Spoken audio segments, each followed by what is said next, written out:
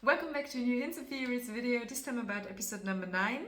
And not only that, but it's also the last Hints and Theories video because, this season is almost over.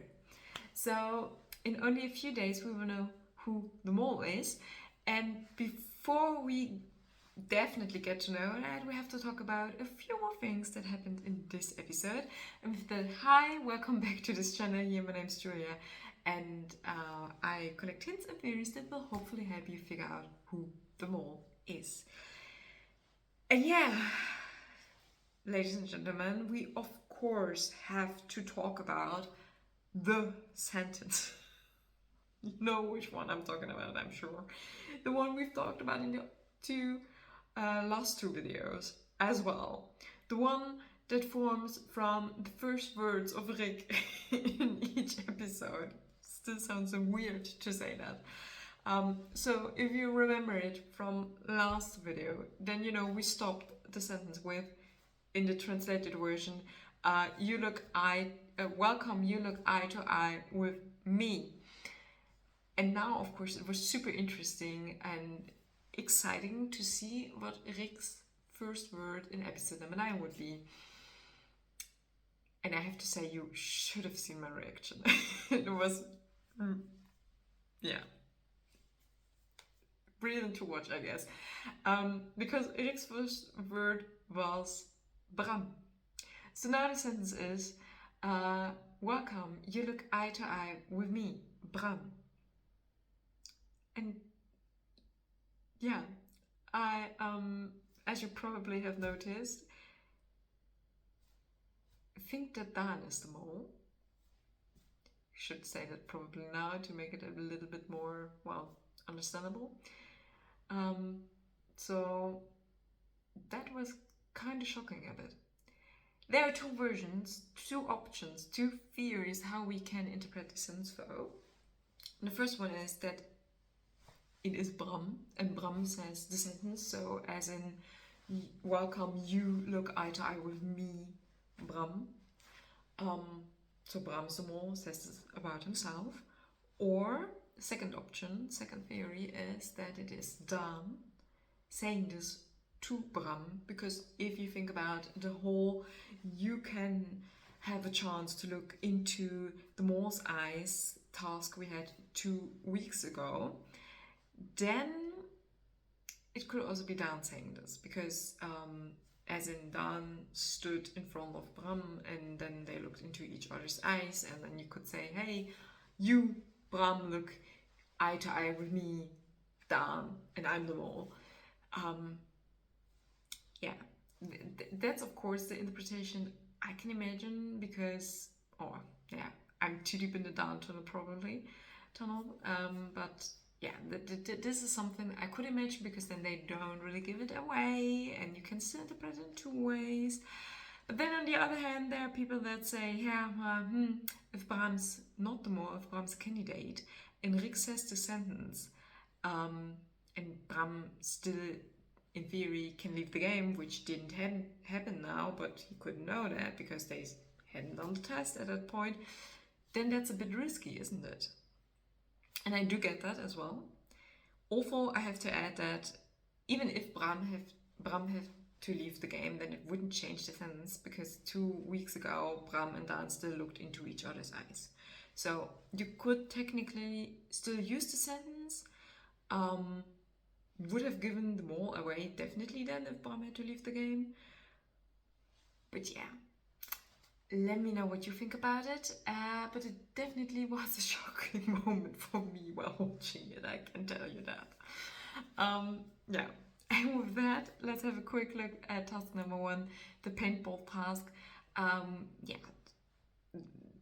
Or better said, before it even started, Bram made a comment about, it's a bit sad that the whole laser game thing was one-sided, and he would like to be on the shooting side as well at one time, and that of course seemed a bit like he had knowledge about what would come, and that of course would also make him more suspicious as mole. Definitely suspicious here. Then if we have a look at the task, then Bram definitely was the one who, well, hit the majority of people with the paintballs. Quinty didn't hit anyone, but she was actually a bit suspicious with the whole paintball, finding the paintballs, and then hiding them in her in her jeans or in her trousers, or and then the boys were like, the men were like, we need more balls, and she was like, yeah, I have them, I said so, and everyone's like, Quinty, what you doing? So yeah, that did make her a bit suspicious, but all in all, compared to the other two left, she is not that suspicious, I think. In the end, there were 3 more books left, the ones from Geraldine, Nasreen, and Nienke, and the group was, very clearly that they wanted the one from Nienke. And then they also had a chance to take one of the other books, which would have cost them money. And Quinty and also Dan were a bit suspicious here, because they actually also wanted the book from Nasreddin. On the opposite, Bram did not want it at all and was like, no, we don't need that. And with that, he made himself a little bit less suspicious, actually, because that would have been a way to get some money out of the pot, or earn a little bit less money. Yeah. And then the second task we had was the very special safari, which was kind of cool to see all the other candidates one more time, except for Nasreddin, which was a bit of a pity, but well. So a really nice idea also with the quotes. In the end, they earned a lot of money with that, so I had the feeling the mall wasn't very active here, and also the candidates were pretty easy to spot with the costumes they had, so wasn't that difficult at all, except for the quotes. They made some mistakes there, and of course that is probably the best way for the mall to maul here, just to name wrong candidates to the wrong quotes. I think Dan actually named 2 wrong ones here, but all in all, they did a pretty good job here. Quinty also was a bit suspicious, because she did not recognize one sentence, one quote that actually came from herself. But then again, you have to imagine they've been there for 2 to 3 weeks, and they've been through a lot, so you probably do not remember everything you've said, so I wouldn't count it at high, but still maybe a little bit suspicious. Yeah, all in all, a nice task, lovely to watch for the last episode, but yeah, I think it does not really help us that much with finding them all. By the way, Bram is wearing an interesting shirt in this task on this day, with a film I personally haven't watched, but people recognize that there were that the shirt is connected to a film, and that in the film is famous for some quotes, something like even when I lie, I tell the truth, something like that. And another one, so quotes that actually quite fit to a mall. And then last but not least, we have to talk about the last thing with the dices. Let's call it task number 3. Yeah, that one, of course, is quite interesting. So again, the whole eye thing and the chance to see the mole's eyes, and then in the end it turns out it is one pair of eyes in the middle of a lot of pairs of eyes, and we didn't get to see that, which I still think is a pity. But yeah, with all the time we have compared to the candidates and all that, we can just use AI or whatever to find it out, to figure it out. So I do understand why they didn't show us that, but still, another eye thing. And also, what's interesting here was that for example, when Dan and also Bram came to join, then the dices already showed 2 and 6, so the numbers that they actually had to get. And when Quinty started her task, the dices showed 4 and another number, so I don't know if that has a meaning, but it was weird, let's say it like that.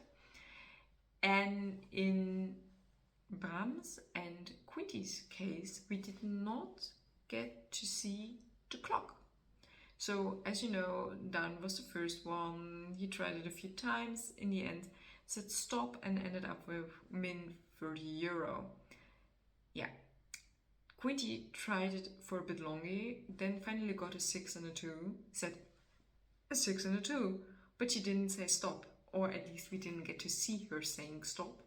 So that was weird. We didn't get to see the screen. So all in all, the information that we got from Quinty was later on in the bar when she told the others about what she was having as min money. And in Bram's case, it was a bit similar. So we got to know from Bram that he actually threw the dices and it, was immediately a 6 and a 2.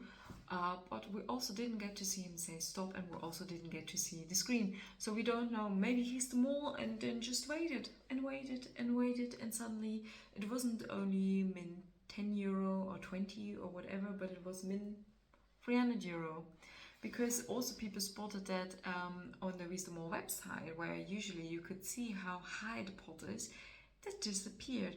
And there's also no information when it comes to this task about how much min money they made there. And usually if you have a look at one of the tasks on the website, then you get the information on how much money they earned there or lost there. So yeah, that's all a bit suspicious and weird and not very clearly fast. Yeah, what shall I say? That were the main things I think about this episode. Let me know in the comments below what you thought about this episode and what you've spotted. And then of course I want to know your final decision on a mole. I have to say that this last episode actually, made Bram again a bit more suspicious, and that probably made me doubt a little, but I'm actually a bit too deep in the Dan tunnel already, and that's why I decide not to switch my mole anymore, so I say it is Dan, but yeah.